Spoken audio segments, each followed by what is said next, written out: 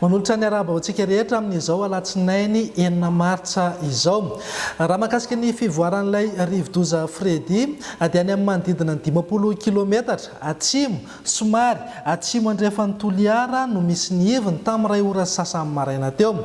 Hanamorona ny morontsiraka atsimo andrefan'ny nosy izy amin'ity maraina ity, fa kosa ano any amin'ny tolakandro na ny arivariva no any no vinavinaina ikisaka tsikelikely ihanalavitra amin'ny Madagasikara izany hoe ikisaka miandalana itododo hiazo amin'ny Mozambika ity rivodoza ity. Tazantsika amin'ny sara zava-mijanam-bolana izao ihany koa fa dia mbola mikija tanteraka mihitsy ny orana any amin'iny faritra atsimo andrefana sy atsimon'ny Madagasikara iny.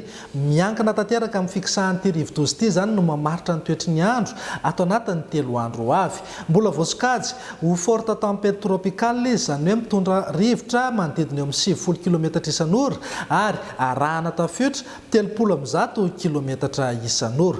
Araka nefa natsidika teo moa dia mbola hitoetrany ny ora mikija any amin'ny faritra atsimo andrefana sy ny faritra atsimon'ny Madagasikara iny. Ny rivotra ihany koa dia mbola ho mafy hatrany any amin'ny faritra iny.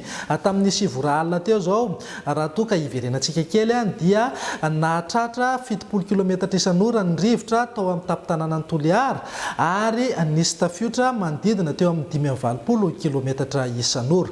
Vokatra izay indrindra dia tsy misy fiovana ny filazana fampitandremana mahakasika ny rivodoza fa voatazona ao anatin'ny filazana miloko mena na filazana loza mitatao ny distrika amin'ny Morombe, Toliara voalohany sy faharoa ary Betioky. Filazana miloko mavo na filazana loza manambana kosa ho an'ny distrika Anakazoabo, Sakara, Benenitra ary Ampani. Mijanona ho filazana miloko maitso na filazana fanairana ho an'ny faritra Menabe sy ny distrika amin'ny Beroro.